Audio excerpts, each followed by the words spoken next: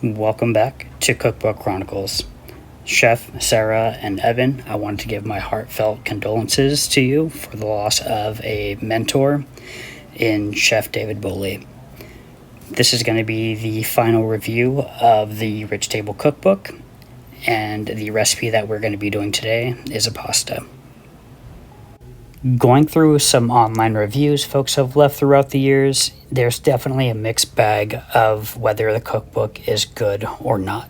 I am definitely biased when it comes to this cookbook because I worked for both Sarah and Evan, and I still consider them mentors, friends, and all around just amazing chefs.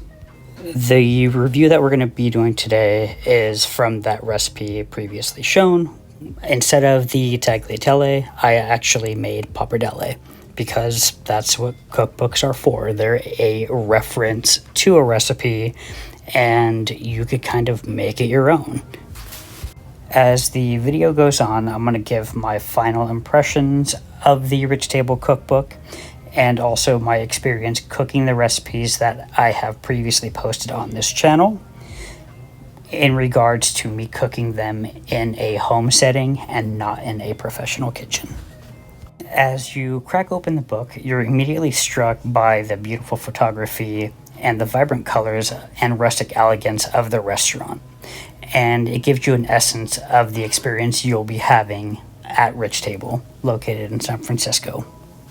The layout of the book is very, very clear and organized, making it easy to navigate through the various sections of the book, from appetizers to desserts.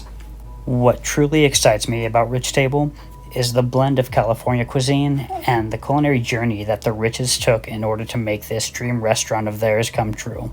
You'll find dishes inspired by Sarah's Louisiana and Texas roots, also Evan's New Jersey upbringing, alongside influences from around the globe, New York.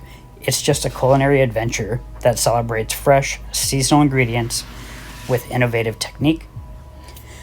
As Chef Evan has always said, we go to the market, see what's good, and cook it. Getting back to the recipe selection and the overall difficulty of recipes found within this book, I personally believe that the book offers a very diverse range of recipes, and it caters to different skill levels, so you could make these recipes at home, and you could also use some of the techniques found within this book at a future restaurant you work at, or for a new recipe you may be developing at work. While some of the recipes are undoubtedly restaurant-worthy challenges, others are just very approachable and perfect for a weeknight meal or even a weekend gathering. I actually appreciate the inclusion of both casual and celebratory options, making it a very adaptable cookbook for various occasions. As you've been watching, I've been making fresh pasta. It only took 6 egg yolks and 105 grams of all-purpose flour. I'm using the KitchenAid to make it. You don't have to use the KitchenAid to make it. The cookbook gives you various options if you don't have certain equipment. And that's another thing I really appreciate and enjoy about this book. One of the recipes I'm going to be coming back to do is the salted chocolate sablé with iced milk and mint chocolate cream. The reason I have yet to do it is because I used to burn the shit out of the chocolate sablé making it at the restaurant, and Sarah, I'm so sorry. I'd probably throw at least like 1 sheet away a week. Another comment that I kept on seeing is people complaining that there aren't enough photographs within the book. And I honestly think there are just enough photos. It leaves room for your own interpretation as to how a dish should be plated. And, be creative, experiment, get out of your comfort zone, and do what you feel is best.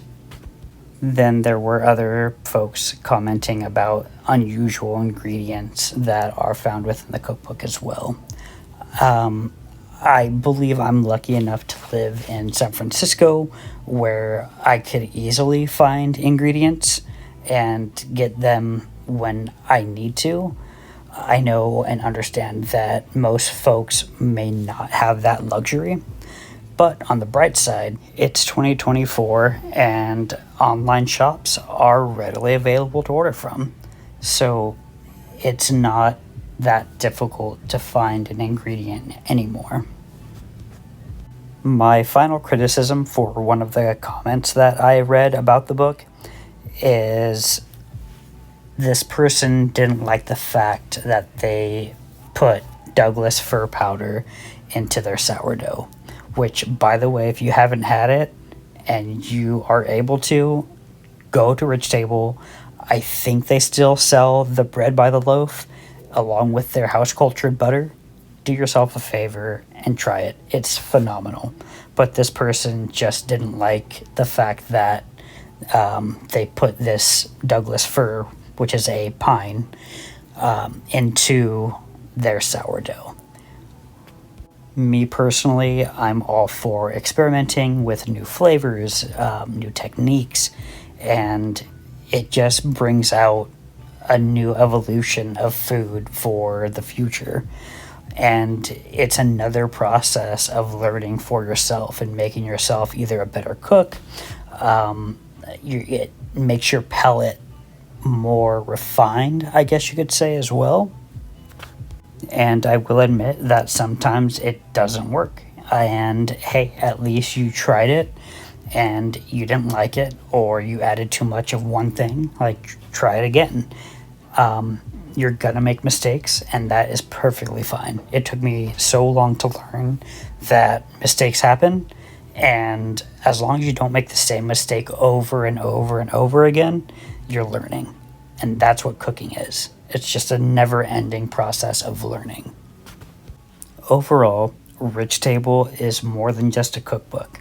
It's childhood memories for both Sarah and Evan. It's memories of the past. It's memories for the future. It's a love story of how both Evan and Sarah met and made this dream of theirs come true.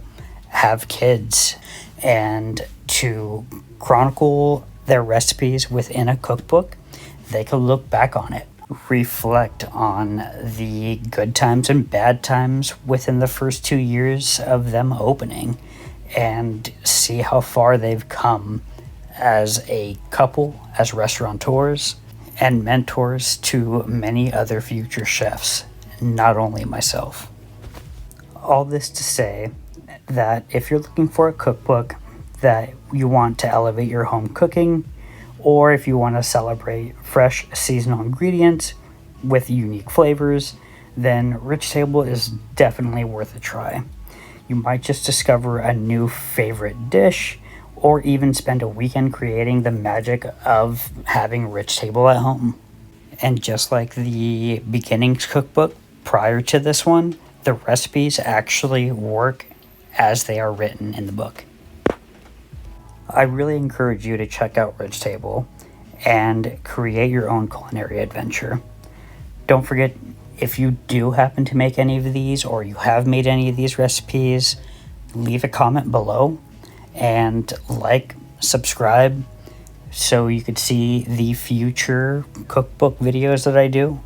The next one is also going to be a San Francisco restaurant that opened the same year as Rich Table. And I believe there was some friendly competition between both restaurants when it came to winning awards. And just stay tuned. It's going to be exciting, very fun. I know some of my friends are excited to see this book come to life, and I really hope you're excited as well. Thanks again for hanging out. Hopefully you stayed watching the video this long, but from here on out, we're just going to go over making this pappardelle pasta. Cleaning the shrimp is what we're doing here. We want to get that nice little poop tract out of there. As you can see, you don't want to eat that. You're just going to get sick if you do. So just please clean your shrimp.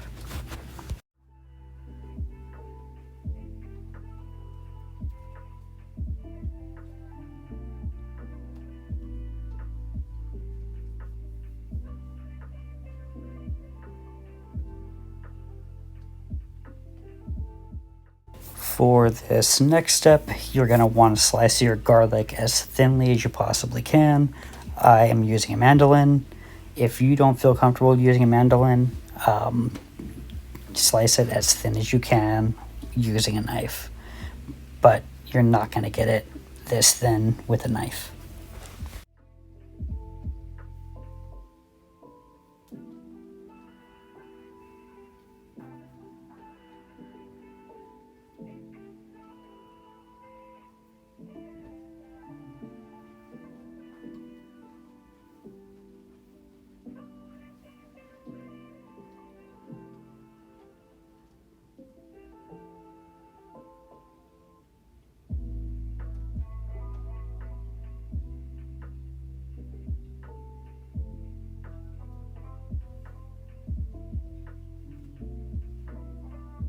As the butter begins to melt and you get all of those solids out of the way, go ahead and add your garlic, and you're going to cook your garlic until it's slightly translucent.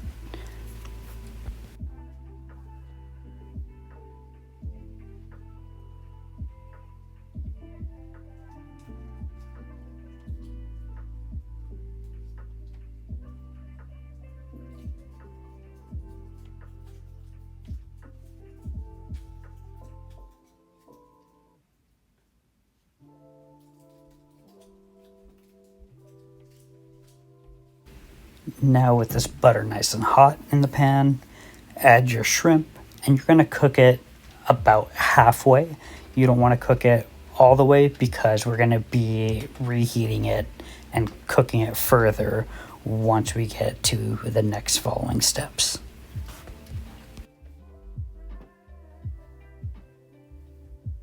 Once the shrimp are done cooking, you are gonna want to put your shrimp on a cutting board and don't let it roll off. Then you're gonna cut them into nice bite-sized pieces.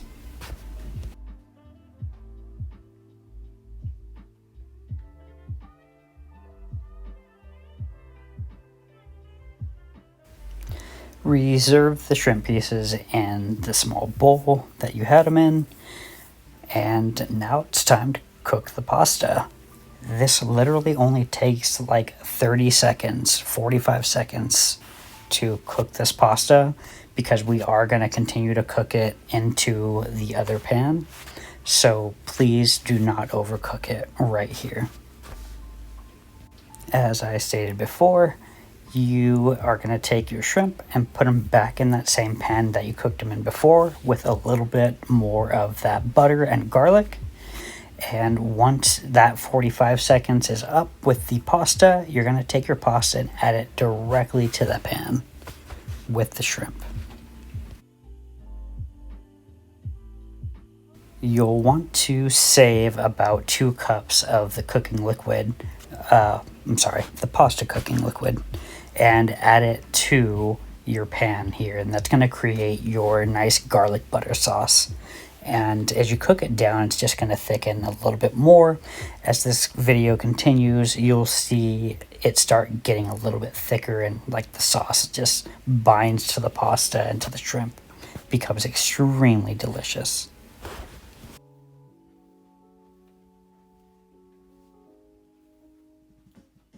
Finally, it's time to plate. Swirl that pasta around and gather as much sauce as you possibly can on the pasta noodles. And, if it doesn't happen the first time, try again. You'll get all those noodles in the bowl. I promise you it'll happen. And it's pretty much almost ready to eat.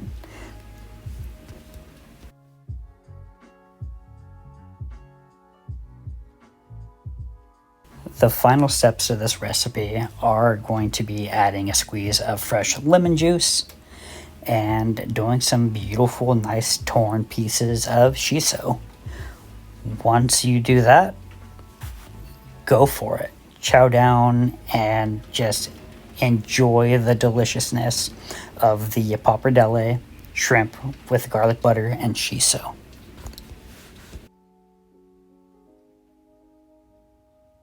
Once again, thank you so much for sticking around, watching the video.